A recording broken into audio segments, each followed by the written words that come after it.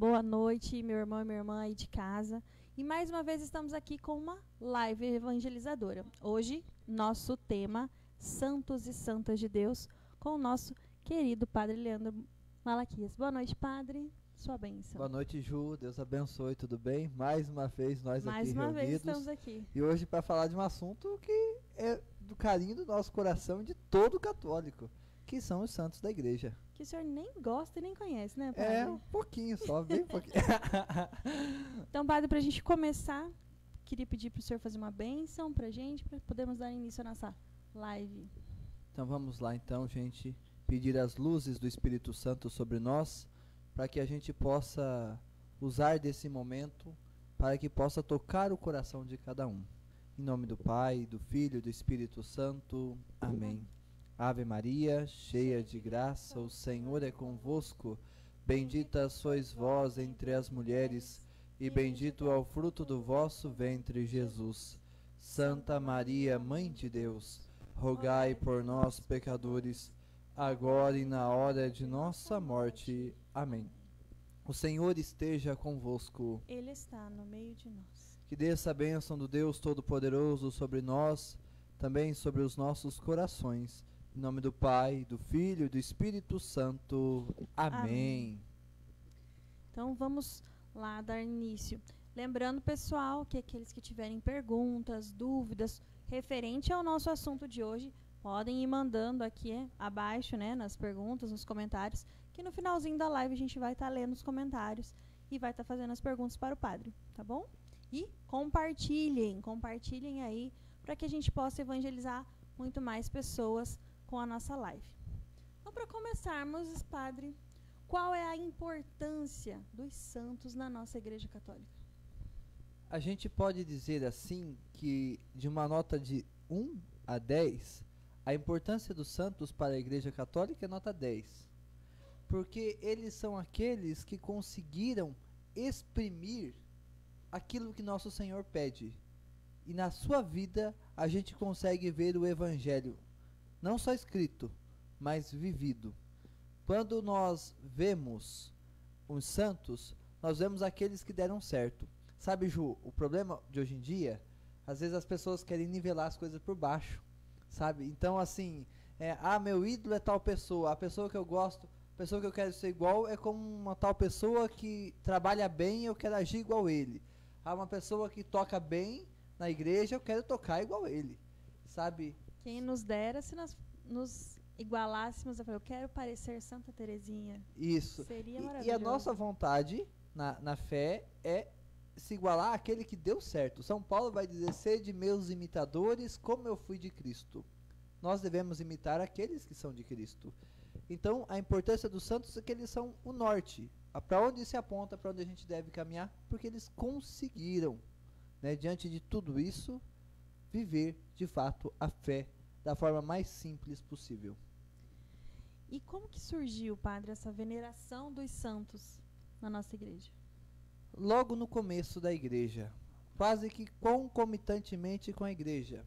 Quando são duas partes. A primeira é que logo nas perseguições dos primeiros cristãos, eles percebiam que quando um santo, alguém era martirizado, era colocado na arena, onde as feras devoravam, onde os animais matavam, ou era de qualquer tipo de forma flagelado, sabe? Porque são inúmeras as flagelações. Quando as pessoas viam um santo passando por tudo isso, muitos pulavam na arena para morrer igual ele, sabe? Então ali já era assim, uma forma de imitar os santos, querer morrer igual eles. E depois que eles morriam, juntamente com os santos, aqueles que estavam vivos, que não tiveram a mesma coragem, eles já cuidavam de guardar os restos dos santos para enterrar. Para que ficassem cuidados, pelo menos os restos, né? E aí, aqueles que ficavam vivos, como também o católico tem uma vocação de ser perseguida e de sofrer, né? Então eles, enterrados nas catacumbas, né, eles iam rezar nas catacumbas. Então as primeiras missas aconteciam em cima das catacumbas. Por isso que os altares trazem as relíquias dos santos, os altares das igrejas paroquiais, obrigatoriamente tem uma relíquia. Por quê? A igreja começou se rezando através do resto de um santo. Por isso nós mantemos essa tradição. E assim nasceu. Então, se ia de uma catacumba a outra, se era um santo que morreu e era pai de família, os pais iam até aquele túmulo para pedir sua intercessão. Se era uma mãe de família, as mães iam e assim sucessivamente, até que com o passar do tempo, esse costume foi virando as grandes peregrinações. Por isso que nós vamos de santuário em santuário, que nem na nossa diocese nós temos a Rota do Rosário, né, que nada mais é do que um retorno às origens da igreja. Padre, o senhor falou que nos altares das paróquias tem uma relíquia. Qual o santo que tem no nosso altar do nosso santuário? No nosso santuário, se às vezes a gente nem imagina que tem uma relíquia, porque ela fica do lado de trás do santuário. Mas aqueles que tiverem curiosidade, passem para o lado de cá do altar e vocês vão ver quase que embaixo do altar um pequeno círculo. E ali uma relíquia de São Pedro Julião Aimar, que é um santo que gastou a sua vida pela devoção à Eucaristia e do Sagrado Coração de Jesus. Então é bem simbólico, né, trazer justamente a relíquia do santo para cá. Inclusive tem uma frase dentro da igreja que diz assim, que aonde está a relíquia está o santo. Então, sempre é bom. Ali ele está. Então ali está São Pedro Julião Aimar. Um santo que levou a Eucaristia e o Sagrado Coração tão vívido, né, em seu coração, agora está aqui conosco, que temos o nome do Santuário Eucarístico, Sagrado Coração. Muito bonito isso. O que é necessário para que uma pessoa possa ser beatificada e se tornar santa? Eu poderia resumir de uma forma muito simples, mas que não explica nada. Que é Aí ajudou bastante, né, gente? que é assim, ser santo em vida. Mas assim, não é só ser santo em vida, porque no processo de beatificação, para começá-lo, precisa as pessoas começarem a perceber essas virtudes e ir atrás. Começar com uma prévia devoção. Contar o que aconteceu com a nossa rainha do Carmelo, a Santa Teresinha do Menino Jesus. Quem morava na casa com ela não percebia a sua santidade. Quando ela morreu, e ela morou num mosteiro carmelita, então não tinha acesso fora e dentro. Então quem morava com ela é que conhecia. E quando ela faleceu, pouquíssimo tempo depois, questão de mês, começou-se pessoas a visitar o seu túmulo. E essas pessoas conseguiam graças. E aí, quando pedia-se para entrar no mosteiro para visitar o túmulo de Teresinha, a superiora falava assim, por que vocês querem visitar? Quem? Teresinha? Teresinha não era santa. Quem era Teresinha? E aí, quando a gente, depois, nos processos, porque as pessoas começaram um pedido de canonização. E aí começa-se a analisar os textos, começa-se a analisar a vida, tudo que ela passou. E aí se comprova pela igreja, inclusive tem os padres que investigam isso, que são o nome deles são advogados do diabo. Misericórdia. Porque os advogados do diabo, eles têm a função de achar coisas ruins das pessoas. Para que não aconteça o processo. Isso para fazer com que aquilo que passa realmente passe, porque a pessoa realmente foi santa. Nossa, mas advogado do diabo, gente, mas que nome pesado, É né? para tirar a pessoa do céu. É para testar mesmo a fé. Quais são os critérios para a canonização? O senhor já começou falando, né, dos advogados do diabo, que vão investigar tudo, mas tem um processo hierárquico, milagres? Isso. É assim, depois que surgiu já essa pequena devoção, né, na vida das pessoas, o segundo passo agora é analisar os seus escritos e ver se eles não pregaram nada contra a fé. Aí vocês podem às vezes alegar que lê um texto de um santo ou outro, por exemplo, São Thomas More, que ele tem um texto que vai contra a fé. Mas, e Santo Agostinho também, mas aí a gente tem que entender o contexto histórico. Era numa época da vida deles que eles não eram santos ainda. Eles estavam na vida pagã. Então eles escreveram muitas porcarias. Ainda era a vida do mundo. Isso, era a vida do mundo. Aí depois que se converte, é que se conta. Então assim, não, mas o santo escreveu tal coisa, assim, mas vamos ver se quando ele escreveu, qual época se ele já tinha se convertido, e assim, nesse caso, há uma mudança de vida. E aí quando se pega esses textos, todos deles, analisa para ver se tem alguma coisa contra a fé. E também depois se abre o processo. E aí quando se começa esse processo do advogado diabo, se chama servo de Deus. Passa o nome para servo de Deus. Depois, quando se começa, eles analisaram e perceberam que não acharam nada de ruim na vida desse santo, já se passa agora para beato, que nós chamamos de beatificação, que ainda fica se aguardando o milagre. Se não haver um milagre comprovado, ele não passa para outra fase, que é de santo. Ele vai ficar beato eternamente. Nós temos uma brincadeira dentro da igreja, né, que nós temos um beato chamado Duns Scoto, né? Duns em escocês é João, Scoto é Escócia, então é João da Escócia, Beato Duns Scoto. Ele é beato há mais de 600, 700 anos dentro da igreja. E nunca se achou um milagre? Nunca se achou um milagre. Então está parado nesse processo. Por quê? Aqui tem uma curiosidade também. Não pode um beato ser padroeiro de uma paróquia. Não pode um beato ser padroeiro de uma diocese ou de nada. Porque o beato pode ser desbeatificado. Pode voltar. Ele pode voltar ao estágio de servo de Deus. Até aí. Sabe? Ele foi uma pessoa que viveu bem, mas uma pessoa como qualquer outro. É um fiel, praticante. Assíduo praticante. Agora, um católico como todos deveriam ser. Um católico como todos deveriam ser. Perfeito. Só depois que se encontra o milagre, ele se torna santo. Agora, o santo, que foi canonizado, ele nunca pode ser descanonizado. Nunca. Por quê? É um poder dado de Jesus ao Papa. Em Mateus, capítulo 16, versículo 16 seguintes, que ele vai dizer: Pedro, pedra, sobre esta pedra eu edificarei a minha igreja, e as portas do inferno não prevalecerão. E aí tudo que ligardes na terra será ligado no céu, e o que desligares na terra será desligado no céu. Então, se o Papa ligou, infalivelmente está ligado, porque quem deu esse poder foi Jesus. Querendo ou não querendo, ou gostando ou não gostando. Goste ou não, tá ligado e não pode ser desligado.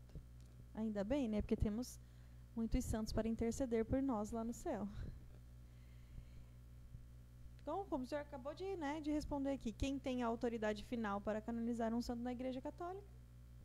Temos o Papa, que, né? Se ele ligou, tá ligado. Qual é o primeiro passo para esse processo de canonização?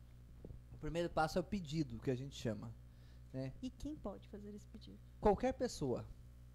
É claro que você vai fazer um texto, vai elaborar um texto explicando as virtudes. Vamos supor aqui, né? Eu faleci e aí você quis fazer o processo.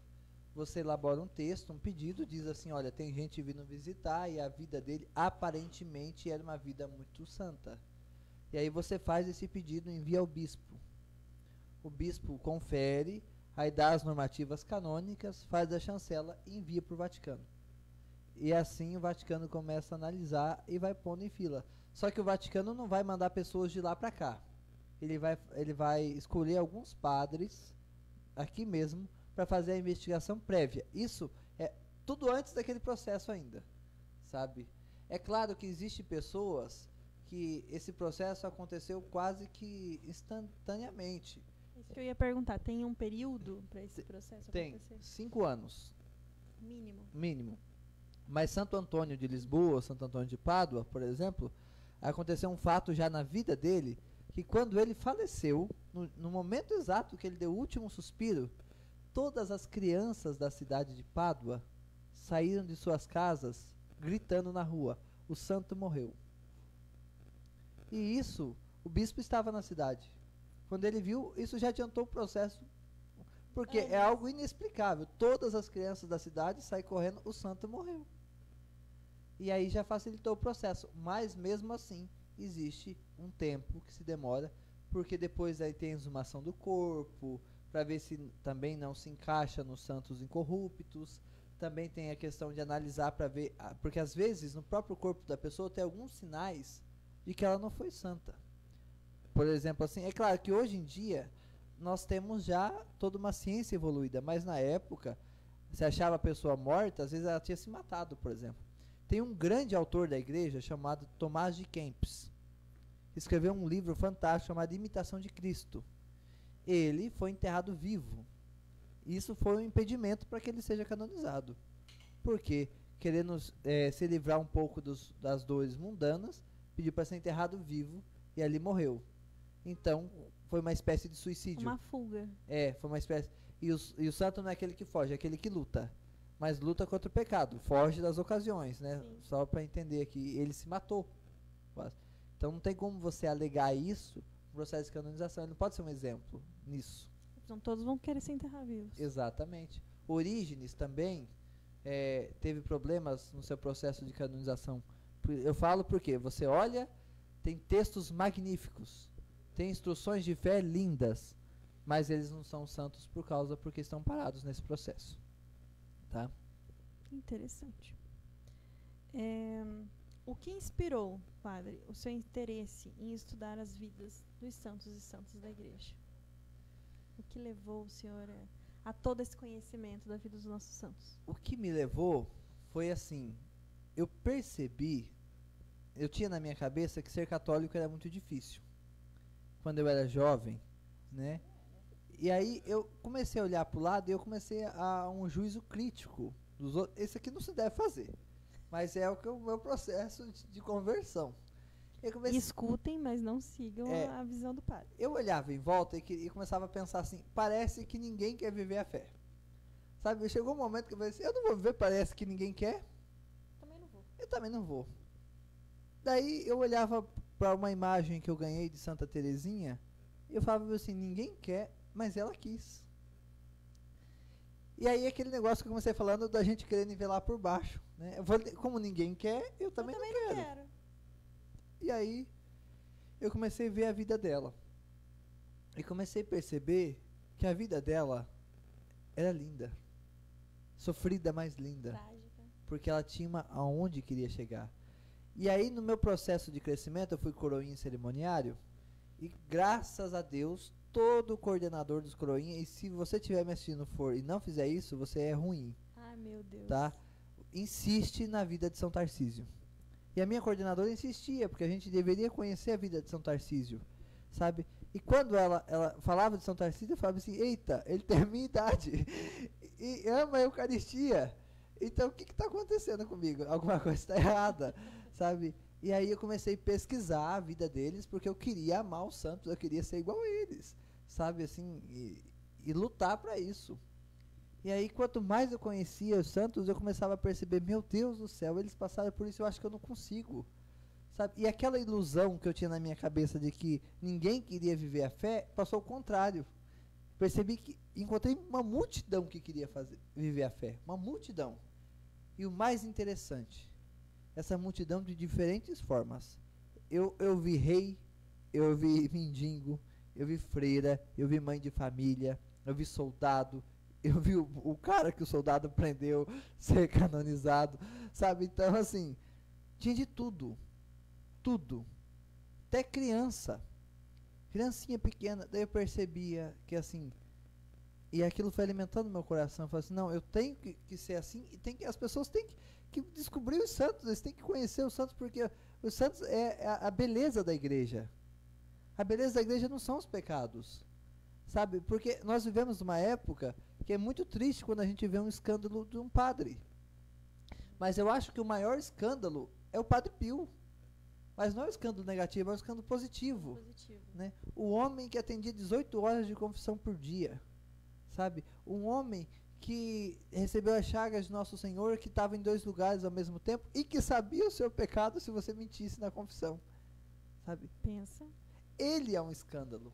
E é esse tipo de escândalo... E nem todos sabem sua história. Exatamente. É esse tipo de escândalo que a igreja precisa.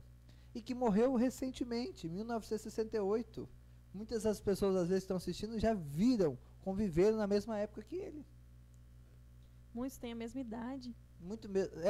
E assim, sabe, então, é esse tipo de coisa que faz, eu acho, a gente viver verdadeiramente a fé. Ver que tem pessoas que deram certo dentro da igreja. E que não importa a função, importa a forma que entrega o coração. Muito bem. Então, só lembrando aos meus colegas, eu levei um puxão de orelha aqui, viu, gente? Já vou deixar bem claro. Não, mas ela fala assim, tá? Pode ter certeza. Assim, aos meus colegas coordenadores de coroinhas e cerimoniários, vamos nos empenhar mais na vida de São Tarcísio. Porque ano passado a gente deu formação junto aqui para os nossos da paróquia e a gente falava assim, tá? Ela é 10. E falando nisso, os coroinhas e cerimoniários que estão nos assistindo, temos novena esse ano. Nós iremos fazer novena de São Tarcísio, só para avisar vocês. Nem o padre estava sabendo. Vamos rezar, gente. Padre, quais são os santos e santas que mais impressionam o senhor com sua história e o porquê que essa história mexeu tanto? 2. Eu acho assim que é uma hecatombe. Daqueles que você falava assim, não é possível acontecer tudo isso com uma pessoa só. Eu vou lá, antigamente, um chamado Santo Atanásio. Santo Atanásio, ele foi abandonado, órfão, e foi criado por um bispo chamado Pedro, que depois virou São Pedro de Alexandria. Então virou santo, o bispo que criou ele. E ele acabou criando no seu coração um amor muito grande pela igreja, se tornou diácono, padre, bispo, sabe? E na época dele, surgiu uma heresia chamada arianismo. E até o ditado dessa heresia é assim: a igreja, o mundo dormiu católico e acordou ariano. Porque ela se numa época que não tinha rede social, ela conseguiu se espalhar assim de um muito dia rápido. Incrível. Como Brotou. que se brotou do Erva daninha. brotou do inferno, né? Que heresia não se Erva brota da daninha. terra, se brota do inferno. Sabe, é brincadeira, gente. Mas assim, e essa heresia cresceu, se espalhou rapidamente. E muitos bispos, padres e a grande maioria dos fiéis se perverteram, não pode falar converteram, mas se perverteram para o arianismo. E Santo Atanásio foi o único, na sua época, que se manteve firme na fé. E aí, quando ele se manteve firme na fé, começou-se a perseguição.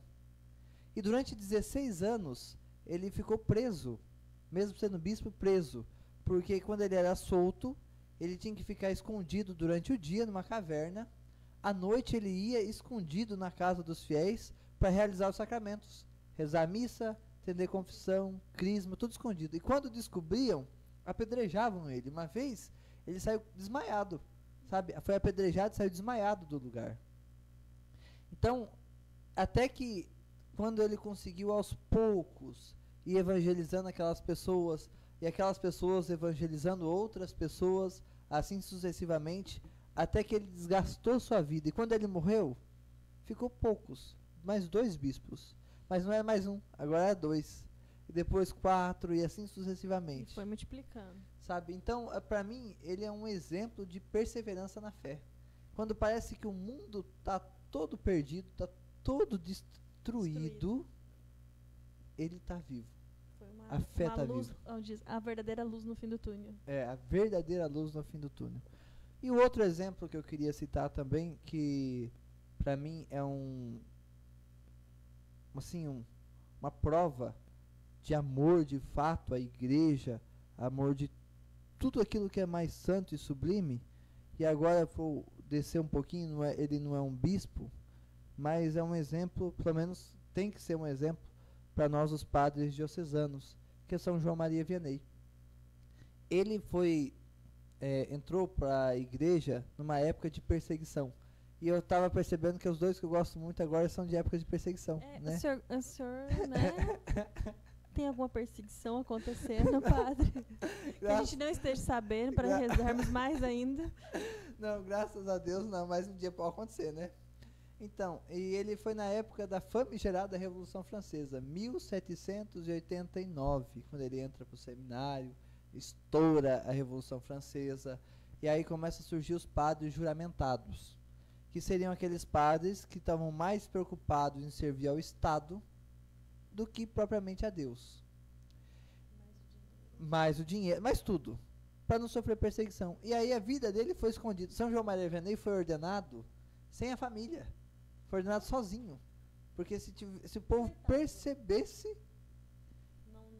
e a vida de jejum, penitência de São João Maria Vianney, sabe, assim, de segunda a sexta era jejum, sábado era penitência, só sobrava domingo. atendia confissão também muitas e muitas horas por dia. Não tinha um dom na oratória. Tanto que ele era banguelo. E assim, e aqui é um fato engraçado. Quando é bem conhecido esse fato. Quando ele foi chegando, porque como o bispo não tinha nada para fazer, não sabia falar direito. Banguelo. Não era um grande estudioso. Ninguém entendia o que ele falava. Mandar ele para Ars. Ars era um vilarejo que tinha um católico que ia na missa. Um católico que ia na missa. Tinha quase que um número de prostíbulos e de casa ao mesmo tempo. Então, só para vocês terem uma ideia como o lugar era perdido. Era a porta do inferno, a antessala do inferno. E aí ele começou a preparar esse povo para a confissão, começou a rezar, fazer um serviço de evangelização enorme, grandioso, até que começou a se converter mais pessoas. E o pior inimigo de São João Maria Vianney foi o diabo.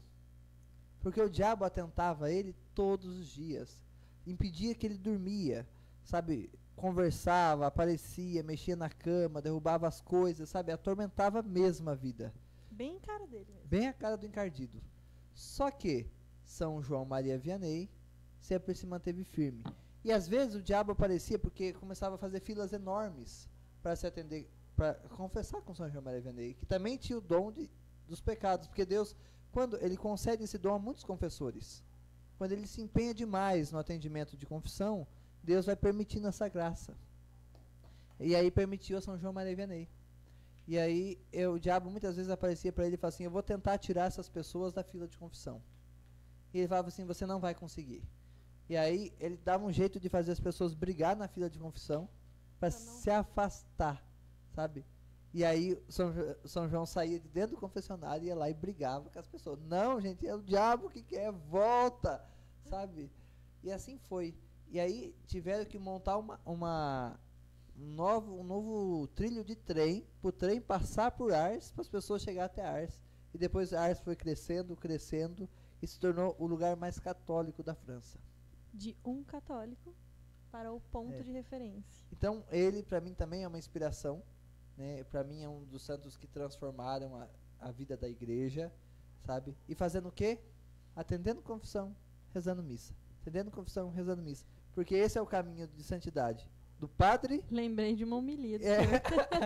E dos leigos. Como é que o leigo se santifica? Confessando e indo na missa. Como é que o padre se santifica? Atendendo confissão e rezando missa. Os dois se ajudam. Não é tão difícil, gente. Vou confessar aqui, né, que eu e confissão temos um dilema, mas estamos melhorando, né, padre? Estamos melhorando, estamos melhorando.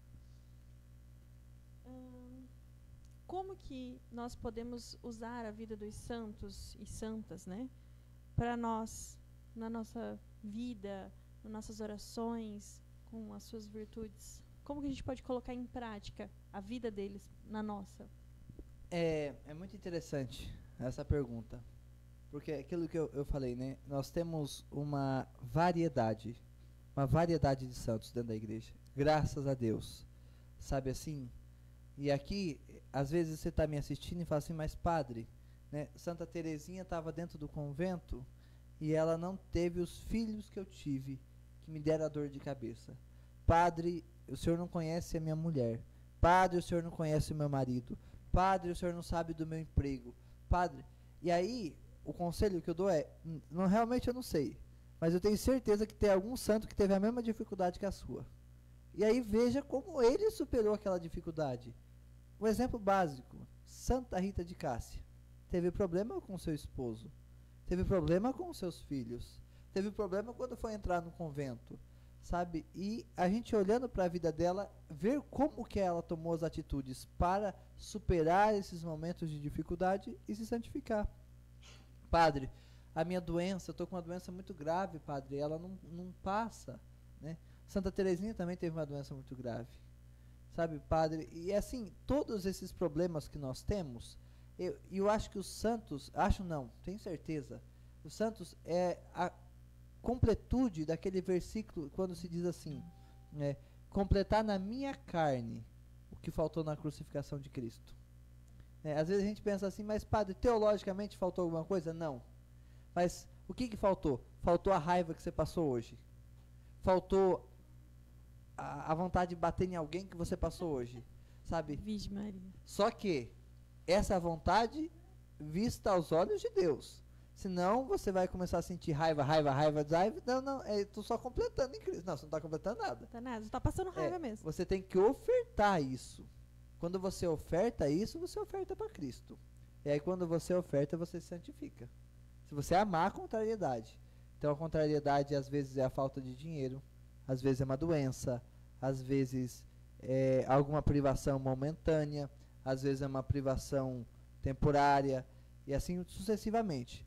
Tudo isso teve algum santo que já enfrentou essa dificuldade. Então você olha ele e imita na sua vida. Não queira ser bem sucedido como Neymar. Queira ser bem sucedido como Carlos Acutis. Queira ser bem sucedido. Você que é professor, professora, né? Não, olhe para Santa Teresa, olhe para São João Bosco, olhe para Santa Teresa Benedita da Cruz e imite. Eles são os professores que deram certo, sabe? E assim sucessivamente.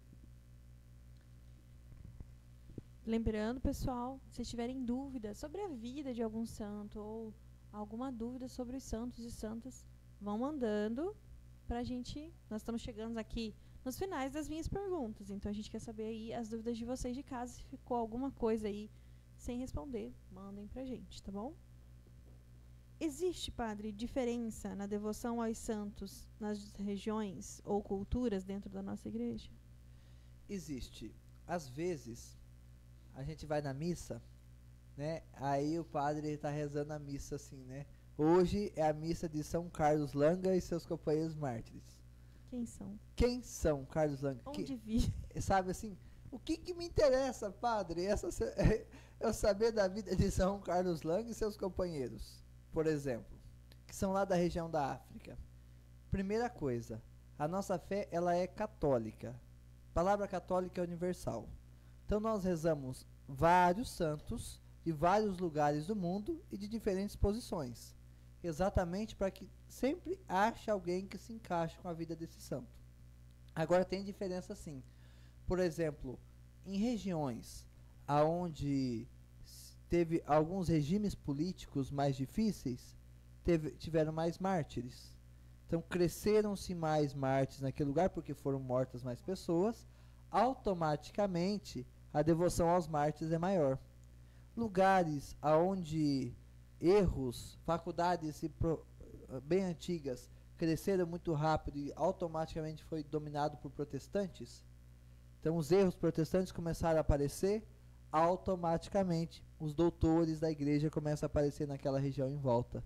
Sabe, lugares onde a promiscuidade era grande, às vezes cultural, às vezes por causa de um certo tipo de evangelização que passou por algum lugar, e aí você percebia, por exemplo, sem um compromisso matrimonial, etc., santos e santas que preservaram a sua castidade naquele lugar aumentou. E se aumenta o número de santos, aumenta-se o número de pessoas que conhecem, vê e querem imitá-lo. Automaticamente, aquela região surgem mais santos daquele estilo. E assim sucessivamente. Então, varia por causa da localidade, varia por causa da dificuldade de evangelização, até da própria forma que foi chegado os missionários naqueles lugares, sabe?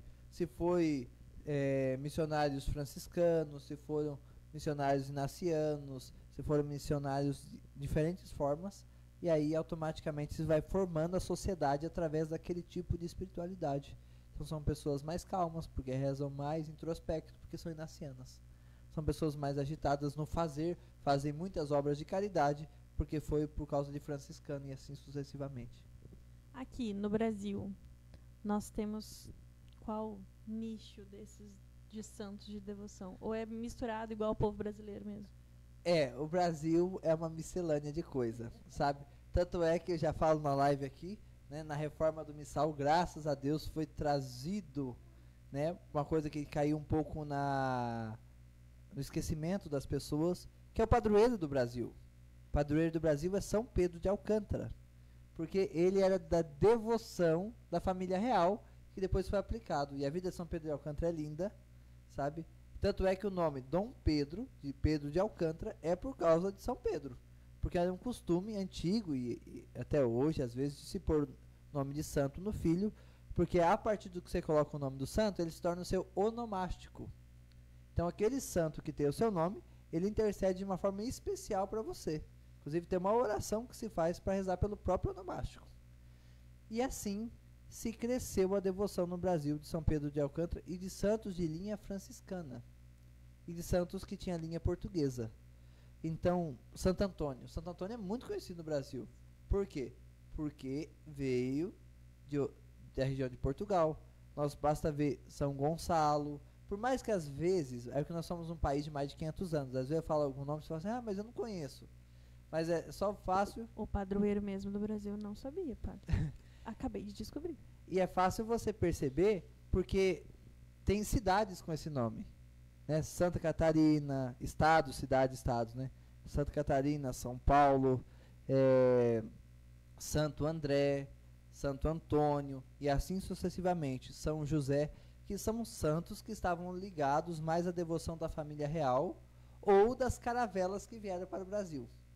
Sabe? Então, assim, às vezes não especificamente a família real portuguesa, mas naquele grupo de pessoas que vieram trabalhar, às vezes, para derrubar a mata de algum lugar, para fazer casa e crescer e desenvolver o lugar, aquele povo era devoto de Santa Catarina. Aí ficou Santa Catarina. E assim sucessivamente. Infelizmente, nós estamos passando por um processo de ateísmo no mundo, mas no Brasil também, e de laicização e paganização da sociedade, que eles estão arrancando o nome de santos de alguns lugares, ruas, estados, cidades, né, que nem Nossa Senhora das Luzes dos Pinhais, né, que depois virou Curitiba, né, e assim sucessivamente, arrancando, mudando, né, São Sebastião do Rio de Janeiro, só Rio de Janeiro. Então você vai arrancando o nome dos santos para que seja mais laico, mas não se respeita a história. Não tem como você ser mais laico, sendo que o nosso país foi batizado como Terra de Santa Cruz. Primeiro, Vera Cruz. Vera, verum, em latim, quer dizer verdade, verdadeira. Então, Vera Cruz, verdadeira cruz, terra da verdadeira cruz. Depois passou para Santa Cruz. Aí mudou para o Brasil. E assim, sempre uma mudança de laicização e tudo mais, só que não se respeita a história. Né? É a mesma coisa de eu chegar hoje e querer mudar seu nome, Ju, e falar assim, não, agora eu não quero mais, vai chamar de Antônia, sabe? Quero mudar, sabe? Assim, não é assim. Não gosto mais de te chamar de Ju, vou te chamar de Antônia. Não é assim, sabe? A gente tem uma história, e os santos é o que consolidaram, viveram e fazem parte da história de uma nação, de uma cidade, de um lugar. E assim, padre, a gente fala bastante de história, de santos antigos, né? Na época das perseguições. E os nossos santos contemporâneos, mais recentes, assim como Carlos Acutis, o que eles representam na nossa sociedade? Temos mais exemplos de Carlos Acutis por aí ou paramos nele? Eu sempre tenho medo eu sempre pensava assim, será que um dia vai acabar os santos, vai acabar as pessoas? Aí quando a gente percebe as canonizações recentes, né, a gente pensa, não está acabando. Né? Eu vi um santo pela televisão, São João Paulo II, né, não vi presencialmente, que morreu agora, há pouco tempo, né, 2005, morreu em 2005. Eu vi Santa Dulce dos Pobres, Santa Teresa de Calcutá. Então a gente percebe que agora o Beato Carlos Acutis, que já vai ser canonizado, então a gente percebe que isso é uma alegria para nós. Perceber que ainda existe pessoas que estão entregando sua vida em meio ao nosso tempo em que parece que as pessoas não querem mais Deus. E usando dos meios. Cada um usou o meio que tinha. O Carlos Acutis usou o meio digital, que é o que nós estamos usando aqui hoje. Tanto faz mal para a vida das pessoas, mas você pode usar para o bem. O problema é que às vezes a gente não usa para o bem. A gente só enxerga o mal e esquece de usar para o bem. Né? Sabe, recentemente eu esqueci o nome porque é polonês, e se tiver algum polonês assistindo, vocês me perdoam, mas assim, só tem consoante no nome e uma vogal. Daí como é que pronuncia, né? Eu não sei. Mas fica um pouco difícil. Mas foi canonizado uma família inteira. E foi morta no campo de concentração, mas foi canonizada agora. Marido, mulher e tinha 7 filhos. Todos. Hitler matou todos. Sabe, todos foram canonizados. Sabe, então a gente percebe Santa Zélia e São Luís Martin, que foi canonizado recentemente, os pais de Santa Teresinha, sabe, um homem que ficou viúvo e que passou por depressões e lutas até conseguir se estabilizar e educar sua filha, porque ele nunca pensou em educar sozinho, né? Então era uma família cristã, muito praticante, mas totalmente dependente, sabe, e aí caiu tudo.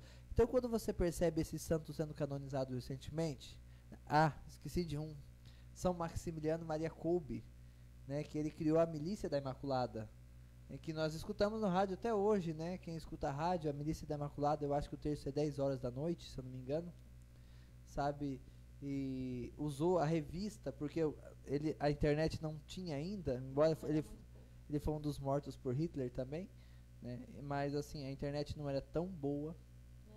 Não tinha, né? Na verdade, perdão, não era tão boa, não tinha. Eu tô falando loucura aqui. Era só rádio e... Então ele usou tudo. Ele montou a revista Milícia da Imaculada, tinha o programa na rádio Milícia da Imaculada, sabe? E que na época nem era tão conhecido, mas era um outro que escutava e lia. Só que a persistência, a oração dele fez com que as coisas divulgassem pelo mundo inteiro. E hoje é escutado no mundo inteiro, sabe? Recente. Então, o que a igreja, ela não é estagnada, ela evolui naquilo que se pode evoluir, porque o céu não muda, o inferno também não muda, Deus não muda, então tem como a gente inventar novas coisas, mas a gente consegue achar novos meios para chegar no coração das pessoas, sabe? Fulton Sheen tinha um programa de televisão que ganhava de audiência de todo mundo, arcebispo de Nova York, ele usava da internet, da televisão. Hoje nós temos que usar os meios de comunicação. Embora às vezes eu sei que faz mal para as pessoas, sim, faz. Mas a gente tem que fazer com que eles se santifiquem. E às vezes eu só vou conseguir chegar naquela pessoa que não vem na igreja, não vem na missa. Às vezes, porque ele está passando lá o dedo lá achou a gente. Achou, viu? Eu conheço esse padre, já vi, deixa eu ver o que ele está falando. E aí a gente consegue tentar chegar ao coração dele. Então, os santos modernos, a gente pode falar assim, eu acho santos modernos, seria no sentido de que eles estão reinventando a forma de Deus chegar ao coração das pessoas, não negando nada do que aconteceu, porque a gente tem que tomar cuidado isso, né? Nossa história é uma contínua, a igreja ela é uma só. Então, quando ela era criancinha, quando ela era moça, e agora acredito que ela está na juventude ainda. Vai demorar muito ainda para chegar na idade adulta aí. E aí Jesus vinha ao encontro dela. Temos muito caminho a percorrer. Padre, nós falamos de santos, falamos de milagre. Na vida do senhor, tem alguma história para compartilhar pela intercessão de algum santo? Muitas e alguma muitas que e possa muitas. compartilhar? Eu acho que posso partilhar uma que aconteceu muito recente. As pessoas que conhecem eu mais de perto, né? Ano passado aconteceu um acidente entre na minha família, né? E um ente muito próximo ficou machucado, muito machucado. Um faleceu e outro ficou machucado. E o doutor falou que ela nunca mais iria andar, sabe? Não iria recuperar os movimentos, porque ela ficou muito tempo na UTI, cirurgias, sabe? E a gente pensava que realmente não ia acontecer. E aí eu fiquei na UTI uns dias com essa pessoa e ainda levei o livro de São João da Cruz para mim ler. Noite Escura, o nome do livro. Então já pensem, né? Já estava numa UTI com o livro. O clima estava perfeito para a leitura. E nesse meio termo, eu pedia muito para Santo Antônio. Porque Santo Antônio, ele não é um santo casamenteiro. O nome dele é conhecido como taumaturgo. Taumaturgo é aquele que faz muito milagre, sabe? É o milagreiro que a gente chama, sabe?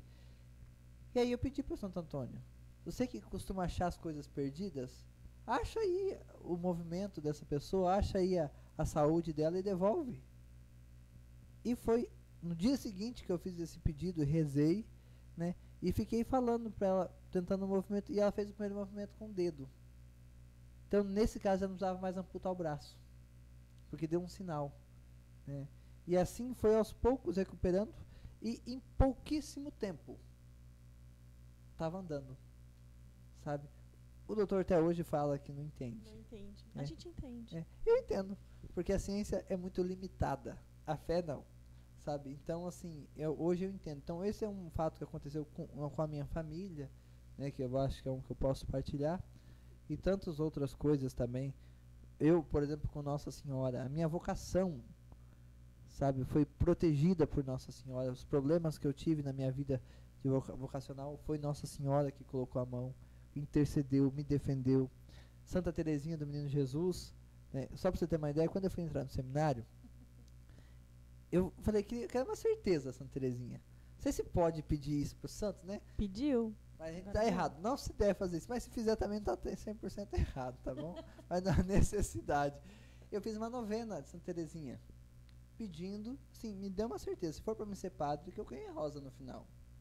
Eu ganhei uma no primeiro dia, uma no quarto dia e uma no nono dia. Precisava de mais provas. Sabe? Então, assim, quando eu, às vezes começava a querer aparecer uma dúvida no meu coração, eu falo, besteira. Já está confirmada. A dúvida é porque eu sou fraco. Não é por causa da... Já somos humanos e pecadores. É minha fraqueza que fala. Mas, assim, a minha busca e tudo mais, assim, quantas vezes eu chego para toda uma paróquia, daí tá acontecendo um problema, né, e o padroeiro da paróquia é tal, eu falo assim, resolve aí, Sagrado Coração. Resolve. Sabe, as pessoas às vezes não sabem, mas a coisa resolve. Sabe por quê? Eu falo, a paróquia é tua. Cuida. Sabe? Ajuda. Eu tô aqui para trabalhar com você, então vamos também. Sabe? E aí ele intercede e ajuda. Sabe? Então, assim, até milagres em paróquias. Sabe assim, pastorais que não davam certo e deu certo porque eu pedi pro padroeiro. Sabe? Pessoas que falavam assim, não queria mais ir para a igreja, falava, traz teu filho de volta, vamos lá. Rezava e a pessoa voltava para a igreja, entendeu? Então, assim, o problema é que às vezes a gente não reza, né? A gente pede também de uma forma, assim, pode ser, me ajuda. Me ajuda, sabe? se quiser. Nem a pessoa tá acreditando que aquilo vai acontecer. Nem tá acreditando no que tá pedindo.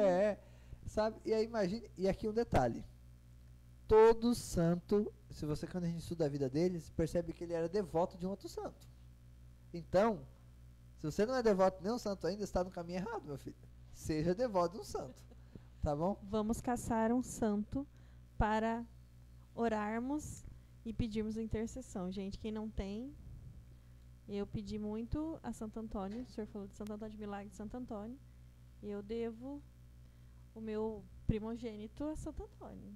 Escutei de 4 médicos que não poderiam engravidar. Fiz a trezena de Santo Antônio. 15 dias depois da trezena, engravidei do Licésio. Então, assim, eu tenho muita fé na intercessão dos santos também, Padre, assim como o senhor, porque eles nos mostram, né, o caminho que devemos seguir. E Nossa Senhora, né,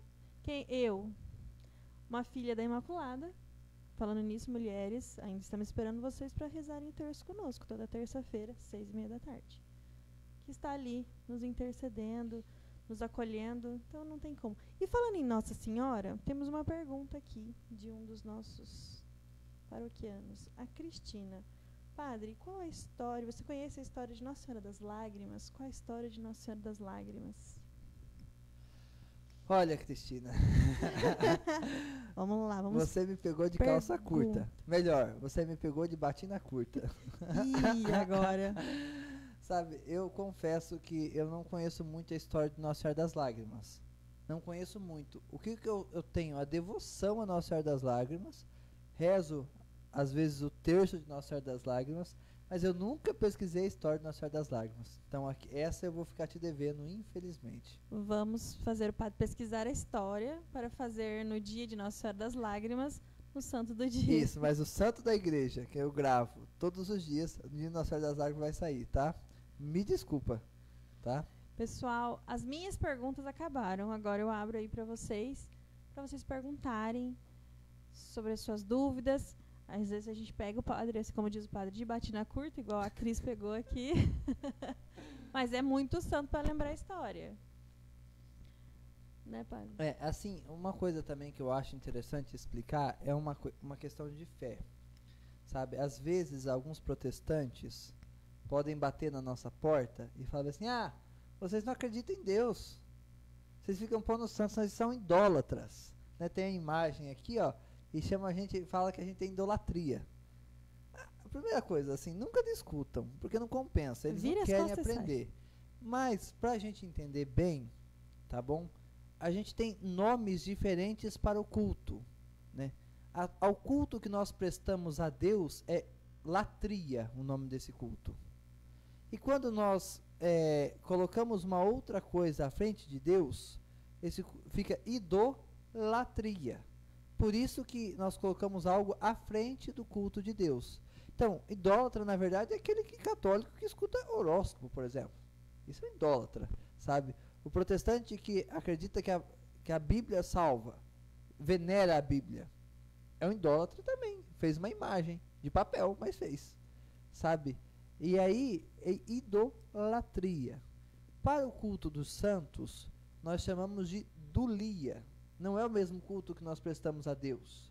Porque aos santos nós veneramos e pedimos a intercessão.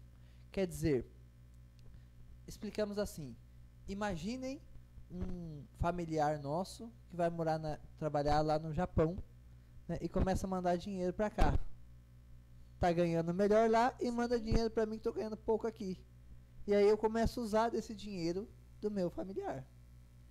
O santo é aquele que foi morar no Japão, no céu.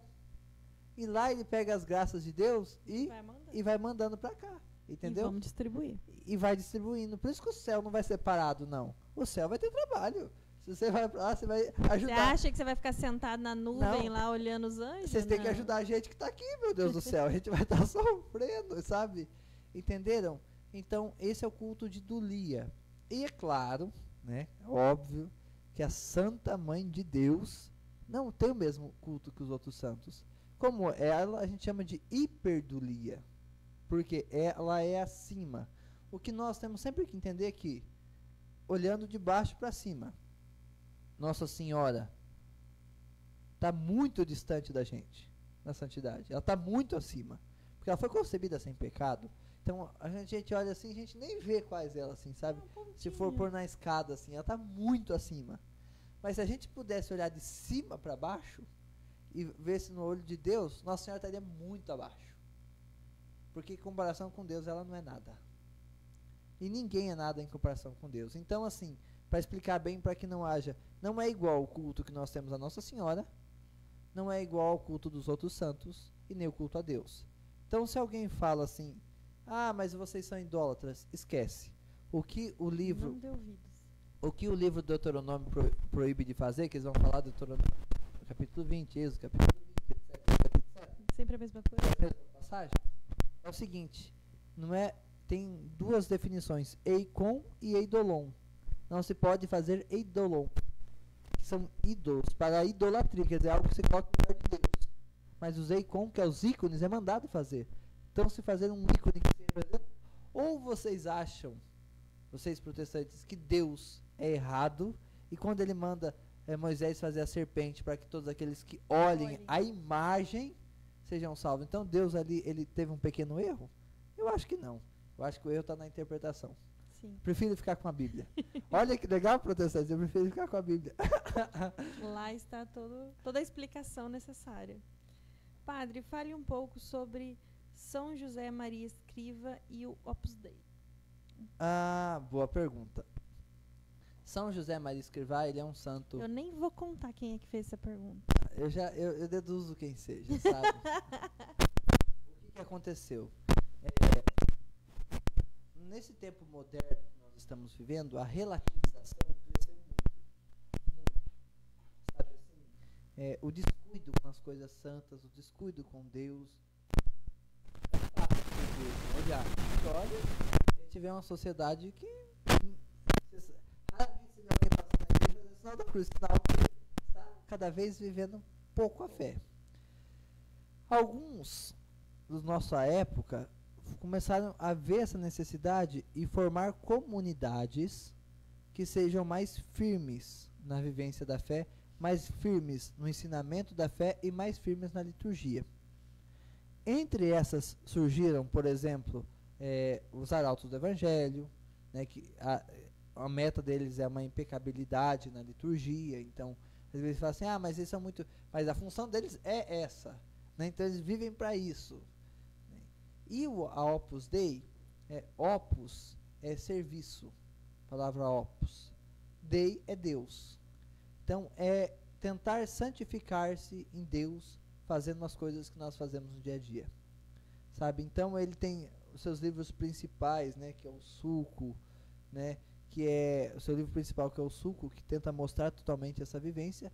Ele vem, e hoje em dia tem crescido a comunidade da Opus Dei, que foi fundada por São José Maria Escrivá, já canonizado recentemente pelo Papa João II também. Então ele é um santo recente, tendo uma forma de vida mais rígida, de fato, sem deixar levar-se pelos outros, sem deixar levar pelas pessoas que estão em volta, mas brigando pelo aquilo que é a tradição da igreja.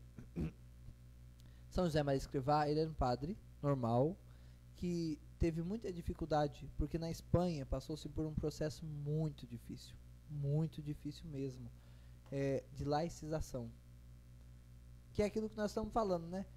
Porque laicização é uma desculpa para falar ateu, né? Eu prefiro falar ateu. É um nome mais bonito. Sabe? Porque todo lugar laico é ateu, na verdade. Dizem que pode ter todos os cultos, mas na verdade não tem nenhum, sabe? E aí ele fundou essa comunidade, que um dos seus objetivos, na verdade, era esse: recuperar a catolicidade aonde você estiver.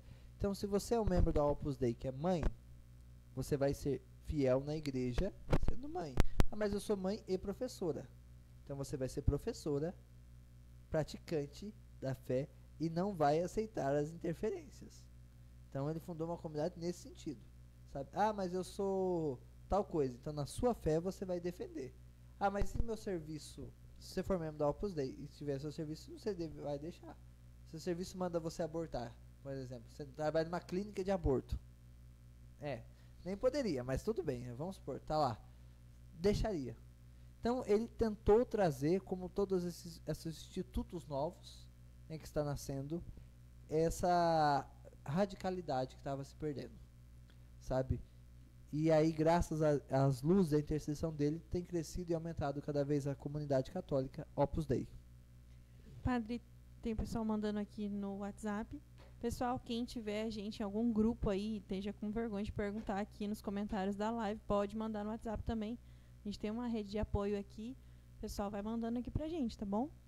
Mandaram aqui no particular, padre. Explica melhor a história do santo padroeiro do Brasil, porque ficamos curiosos, porque assim como eu, muitos não sabiam. São Pedro de Alcântara, ele era um frade capuchinho, da linha franciscana, e ele é aquele que se santificou com pouco, mas ele tinha uma característica interessante. Inclusive ele era diretor espiritual de Santa Teresa d'Ávila, doutora da igreja, sabe? No livro da vida ela vai relatar esse fato. Ele queria estudar mais, só que ele tinha muito sono. E aí ele colocou uma estaca na mesa dele para ele poder estudar o tempo necessário para ensinar o seu povo. E essa estaca ficava de ponta para cima. Então, se ele dormia, ele batia a cabeça e acordava. E ele teve essa luta para vencer o sono só 30 anos da sua vida. Bem pouquinho. Sabe? Só 30 anos. Então, assim, para começar, já mostra que às vezes esses pequenos lutas que a gente trava, a gente quer começar a lutar hoje. Padre, eu tô com uma dificuldade enorme. Quer vencer amanhã? Amanhã eu quero acordar santa. Sem esforço nenhum? Não. Eu vejo a vida deles para saber que eu vou ter esforço, sabe? E ele durante 30 anos passou essa dificuldade, sabe? Lutando contra o sono, porque ele precisava estudar mais para ensinar o povo, sabe? E aí, quando ele vem a falecer, por exemplo, que acontece o processo de canonização, como ele trabalhou muito tempo com famílias inteiras, as famílias reais que eram católicas trouxeram essa devoção para a família. para que ele intercedesse para que os filhos não se perdessem, para que os filhos aprendessem, porque ele era um grande ensinador. Ele ensinava, trabalhava nas casas também ensinando as pessoas. E naquela época as famílias reais traziam um padre para ensinar tudo para os filhos. O padre que era alegremente escolhido para trabalhar nessas famílias, ele tinha que educar os filhos na fé, ele tinha que ensinar a escrever, a ler. Então o padre era obrigado a aprender algum instrumento, porque ele tinha que ensinar algum instrumento para as crianças, ensinar a fé. Então ele ensinava tudo. Ele era a escola. Era o Bombril. Ele Na época, mil e uma utilidade. E além de tudo, atender a família. Entendeu? Olha só que missão, hein? Que missão. E suportar, né? Porque vamos e convenhamos. Ali eu acho que ele teria que concordar com tudo a todo momento. Ele não poderia dar sua opinião, quase. Então, as famílias traziam esses santos e queriam que eles fossem exemplos. E quando a família real trouxe São Pedro de Alcântara, ele herdou o nome do pai, que era uma família portuguesa devota de Pedro de Alcântara. São Pedro de Alcântara. E aí, quando eles vêm para o Brasil, né, eles, com os bispos que vieram logo em seguida, definem como padroeiro do Brasil. E aí vocês podem perguntar, mas padre, e Nossa Senhora Aparecida? O senhor está fazendo confusão. Não. Todos os países têm uma imagem de Nossa Senhora que é padroeira do lugar. E um outro santo. Todos os países. Então, não é só Nossa Senhora do Brasil, Nossa Senhora. Também tem São Pedro de Alcântara. É que às vezes a gente faz confusão, né? Ah, então São Pedro... Não, Nossa Senhora... Lembra que eu falei? O culto dela é hiperdulia. Então, ela está acima. Então, ela está em todo lugar. E nós temos também, não só a padroeira do Brasil, como a padroeira da América Latina. Sabe, que é Nossa Senhora de Guadalupe. Que para nós também é uma alegria muito grande. Então, todos nós deveríamos sempre recorrer aos pedidos de Nossa Senhora de Guadalupe, porque é padroeira da América Latina, e também Nossa Senhora Aparecida, que é padroeira do Brasil. E agora vocês aprendendo, pedindo também São Pedro de Alcântara, que é o padroeiro do nosso país. Quando é o dia de devoção de São Pedro? 19 de outubro.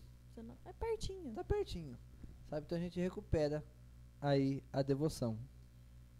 Padre, o Jean tá pedindo um livro sobre sobre São Padre Pio. Qual livro o senhor poderia indicar para que nosso cerimoniário, no caso, possa ler? Aqui eu tenho 3 indicações. Ah lá, você pediu tome 3 aí. Tem um...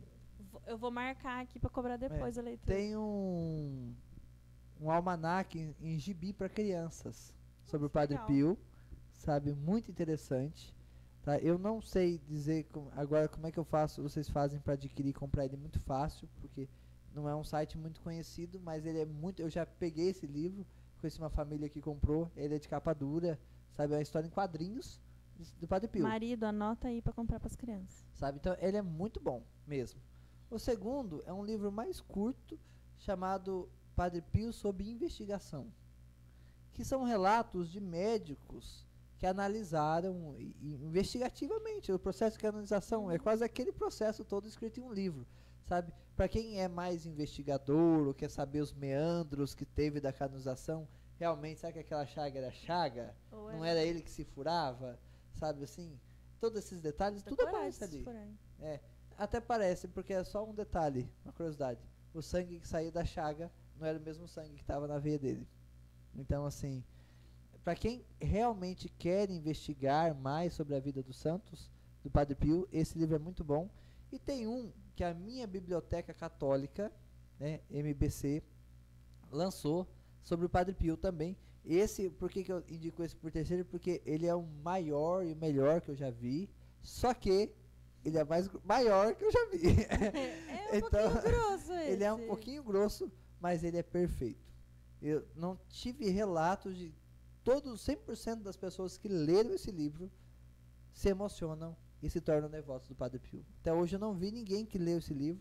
Então esse tá mais fácil que eu lembro, que é da minha biblioteca católica, né? É um clube de assinatura de livros católicos, no qual todo mês você recebe um livro, mas também ficam alguns arquivados que você pode adquirir com o tempo. Depois eles fazem remessas e vão lançando.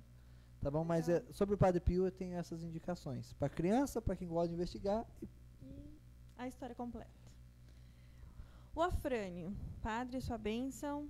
eu gostaria de saber melhor sobre as relíquias. Tenho algumas em casa e gostaria de saber melhor como usá-las. Deus abençoe a Frânia, tudo certo?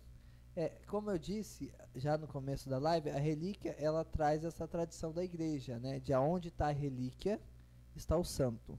Então, a primeira coisa, as relíquias de primeiro grau, elas não devem ficar sendo carregadas de qualquer jeito. Então, as relíquias deveriam sempre, de primeiro grau, sempre, 100% delas estar num relicário, que é com todo o cuidado que se deve ter com a relíquia, né? Porque onde está a relíquia está o santo. E assim, no nosso altar, sempre deixar, se for de primeiro grau, sempre deixar uma vela acesa perto dela, sabe? Fazer as suas orações e pedir a intercessão do santo, fazer as novenas. Agora, já a relíquia de segundo grau, por exemplo, você pode ter ser mais maleável. Mas é bom que ela sempre esteja num relicário também, sabe? Não precisa ter o mesmo cuidado com uma vela acesa, por exemplo, porque a relíquia de primeiro grau é um pedaço do santo em si. A de segundo grau é uma vestimenta que ele usou, ou assim, é o anel que ele usou, sabe? É um objeto que estava totalmente em contato com o santo. Muitos exorcistas fazem isso e depois a gente descobrindo isso, muita gente começou a fazer, inclusive eu faço, sabe? Eu mandei costurar no meu escapulário um pano maior e dentro desse pano eu coloquei uma relíquia de segundo grau e carrego aonde eu vou essa relíquia comigo. Então já fica uma dica aí também, Afrânio, de uma forma de você andar com a relíquia para você. É claro que a gente não vai pôr uma relíquia no meio de um livro, né? A gente não vai largar ela em qualquer lugar, mas o seu corpo é um lugar santo. Então você deve também ter uma relíquia se você puder. Sabe? Então essa é uma dica de você cuidar das relíquias. Sempre nos altares, nunca em bolso, nunca em lugares que podem até causar descuido, porque é sagrado, é santo, não se deve deixar de qualquer jeito. E principalmente, rezar pedindo a intercessão do santo que é dessa relíquia, porque ele com certeza vai atender os seus pedidos, se os seus pedidos for para santificação, lógico, né? Às vezes você pode se perder com esse pedido aí, ele não vai ajudar. Outra dúvida também do Afrânio, sobre os degraus de santidade. Será certo dizer que mesmo todos estando no céu, aqueles que estão num degrau mais próximo de Deus são os mais felizes? Eu entendi a sua pergunta, Afrânio, e eu vou responder você com Santo Agostinho. Inclusive, ele está num desse livro aqui atrás, na Catena Áurea, no comentário daquele evangelho que Jesus diz assim: não perturbe o vosso coração. Tenha fé em Deus, tenha fé em mim também. Aí ele vai dizer o seguinte: na casa de meu pai há muitas moradas. Sabe? E aqui Santo Agostinho e depois Santo Ambrósio também explica o que seriam essas muitas moradas, né? Porque já pensou? Você acha que o céu é um eterno... Alguns pensam que o céu é um eterno socialismo. Todo mundo vai estar igualzinho e pronto, acabou. Não. Como eu falei, primeiro Nossa Senhora. Ela está acima e ela está mais próxima de Deus. E quanto mais o santo se entregou aqui nessa terra, mais próximo de Deus ele fica. E mais próximo de Deus, mais graças ele concede. Por isso que às vezes a gente tem na nossa imaginação, assim, um santo é mais milagreiro que o outro. Não é que ele é mais milagreiro, é que ele, como ele tem mais honra, ele tem mais mérito, ele consegue mais graça. Por isso que Santa Teresinha, né, tanto de gente que pede graças e consegue, né, e outros às vezes não conseguem. Exatamente porque aquele santo tem mais mérito diante de Deus, ele pode distribuir mais graças. Deus dá mais presentes, para ficar mais simples, né, mais recompensas. Então, assim, existe sim essa diferença, tá? Os santos não são todos iguais lá no céu. Embora todos estão na beatitude eterna, lógico, eles vão estar nas glórias. Todos estão no céu, mas cada um... Num grau. Por exemplo, os anjos, nós sabemos que tem 9 códigos angelicais. Né? Uns mais próximos, outros mais longe. Assim também os santos. Tem aqueles que são mais... Por exemplo, os apóstolos. É óbvio que os apóstolos eles são as colunas do céu. Então eles estão mais colados com Deus. Porque eles souberam entregar sua vida aqui nessa terra mais. Alargaram mais o coração. É claro que um apóstolo está muito à frente, por exemplo, Santa Teresinha. Mas Santa Teresinha, como doutora da igreja, ela também está na frente de alguns santos. Creio que Não sei se respondi. Mas é a forma que você abre o coração para Deus. Quanto mais ele puder entrar, mais ele fazer morada, mais você quer ele Não e mais endureça próximo você vossos fica. corações. Não endureça o vosso coração. É, exatamente. Vamos amolecer nossos corações e nos entregarmos aí a servir. Quem sabe conseguimos aí um degrauzinho. Nem que seja meio longe, mas conseguindo um degrauzinho no céu já tá valendo. Exatamente. Pode ser longe, mas estando lá já tá bom. Padre, aqui nos nossos comentários e também, né, nos WhatsApps, nos grupos, não temos mais perguntas. Pessoal dos bastidores, tem mais alguma pergunta? Não, tá todo mundo quietinho ali também. Então, mais uma vez, Padre, nossa gratidão por esse conhecimento gigantesco sobre as vidas dos santos, pela paciência em nos contar e nos explicar, né, e em estar aqui, né, para dividir conosco esse conhecimento. Muito obrigada, que Deus continue abençoando imensamente sua vocação. Eu que agradeço. Na verdade, assim, não tem sentido a gente aprender as coisas se não for para partilhar com os outros, sabe? Então, assim, o que eu puder, eu sei que aprendi, na verdade, eu não sei nada, gente. Assim, essa é a verdade. Eu só me esforço um pouquinho, por quê? Só para aumentar um pouquinho, mas só para, assim, vocês saberem, né? No seminário, eu estudei com pessoas muito inteligentes, muito. E a gente sofre tanto estudando com inteligente, sabe? A gente se sente burro, E aí eu tinha assim, eu me matava. Quando todo mundo dizia, entendi, eu falava, aham. E aí depois eu corria, lia, sabe? Então, assim, foi me buscando por causa disso, não porque eu, sabe assim, e quando eu descubro alguma coisa, eu me empolgo, eu quero que os outros descubram, saibam também, porque é uma alegria para mim, sabe? Então, por isso que eu partilho. Porque, na verdade, porque eu quero que mais pessoas conheçam, apaixonem pela vida católica, pela vida dos santos, queiram se transformar, descubra um santo, imite ele na sua vida, mas para imitar mesmo, sabe? De verdade. Todo mundo quer ser devoto do Padre Pio, mas o Padre Pio rezava mais de 6, 7 rosários por dia, né? Quando ele rezava pouco, ele rezava 5. Então, gente, né? Malemar, a gente tá rezando se rezar uma Ave Marinha só, não tá sendo devoto do Padre Pio, entendeu? Tem que, suar a camisa. Mas os santos deram certo.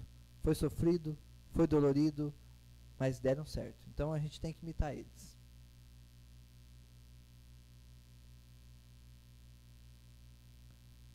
Tem alguém aqui.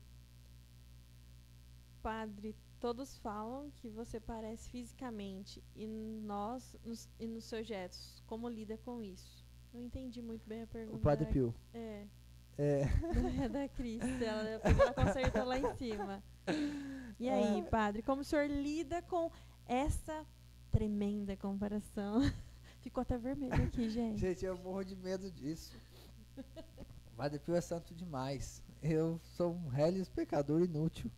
Sabe assim, embora às vezes até eu já, quando as pessoas foram falando, eu comecei a olhar umas fotos de alguns livros que eu tinha do Padre Pio e eu via uma certa semelhança. Sabe assim, isso me deixa muito preocupado, porque eu tenho que tentar honrar pelo menos um fio do cordãozinho do hábito do Padre Pio, sabe assim, se pareça, para mim chegar lá no céu e não apanhar dele, porque assim, ter essa aparência física, né, e ser devoto do Padre Pio também faz com que a gente queira se parecer com ele, mais ainda, não só no rosto, se Deus me deu essa graça, né, então, mas também no coração. Então peço que vocês que estão assistindo rezem muito por mim, para mim conseguir ser santo um dia igual o Padre Pio foi, tá? Mas eu tenho um pouco de vergonha quando as pessoas falam que o Padre Pio, sabia? Você parece o Padre Pio? Eu fico vermelho, porque assim... Não, ele não ficou vermelho não, gente, ele ficou roxo aqui. Não sei se a câmera pegou, mas ele ficou roxo aqui do meu lado. Porque eu tenho um pouco de vergonha, assim, porque já pensou, né? É uma honra poder se parecer, mas não só de rosto, eu quero parecer de vida. Sabe, é claro, sei que não vou ser igual ao Padre Pio nunca, mas um pouquinho, tentar almejar isso, sabe? Então, Cris, eu tenho um pouco de vergonha, mas eu sou grato a Deus por tentar tê-lo como referência e imitá-lo. Muito bem. Então, a gente se despede aqui. Peço sua bênção final, Padre. Muito obrigada a você que nos acompanhou em mais uma live. Estaremos juntos novamente mês que vem. Ainda não me passaram o tema, então eu não posso adiantar o tema para vocês. Mas teremos live mês que vem, então estejam aí conosco, ajude-nos a compartilhar, ajude-nos nessa vivência de fé. E como o padre falou assim, vamos escolher um santo e vamos tentar viver como eles viveram, em suas orações, em suas angústias, sempre almejando o céu. Padre, muito obrigada. De nada. E às vezes, gente, só uma coisinha de encerrar, dar a benção. Um santo pode te escolher, viu? Às vezes, um santo te escolhe. Às vezes você ganha do nada uma imagem de Santa Bárbara. Aí você fala assim, meu Deus do céu, nunca vi nem Santa Bárbara, o que eu vou fazer? Eu vou largar ela no cantinho. Não, criatura. Vai procurar. Vai procurar a história dela e reza por ela, porque ela está te escolhendo, sabe? Ela quer você. Ela quer interceder, porque Deus às vezes pode pensar assim, essa pessoa está em dificuldade, está precisando de tal santo. Aí você ganha uma imagem do nada com um santo que você nunca viu. Né? Ou também, você começa... Eu já atendi pessoas que... Uma pessoa chegou assim, padre, eu acordei com o nome na cabeça, Santa Filomena, o senhor já ouviu falar? Eu falei, já, trabalhei na paróquia de Santa Filomena. Sabe? Então, o que o senhor acha que eu devo fazer? Eu falei, compra a imagem e já faz a novena. Já hoje, sabe? E hoje a pessoa... Tudo que ela pediu para Santa Filomena foi atendida.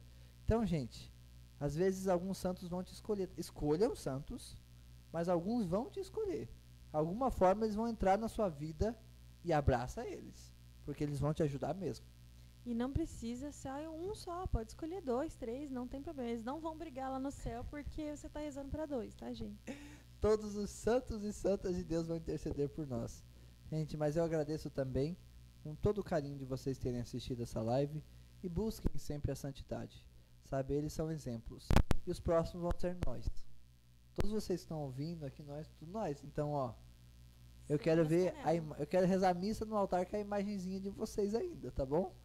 Então, assim, já vão pensando como é que vocês querem a imagem de vocês, tá? Vestido como, e assim, mas é sério mesmo, sabe? Nós temos que almejar a santidade. Eu quero ser um santo de altar, sabe? Eu quero que minha imagem esteja lá. Eu quero que minha vida seja uma honra e glória do Senhor e seja causa das pessoas imitarem, sabe? Então já vão pensando, sabe? Eu quero dar essa bênção para vocês, para que vocês realmente aumente o fervor da santidade. O Senhor esteja convosco. Ele está no meio de nós. Que pela intercessão da bem-aventurada e sempre Virgem Maria, e de todos aqueles que estão na glória do céu, desça a bênção do Deus Todo-Poderoso, Pai, Filho e Espírito Santo. Amém. Padre, mais uma vez, muito obrigada. A você que nos acompanhou, nosso muito obrigado, nossa gratidão. E nos vemos mês que vem, numa próxima live evangelizadora, aqui do nosso Santuário Eucarístico Sagrado Coração de Jesus. Uma boa noite a todos. Boa noite, gente.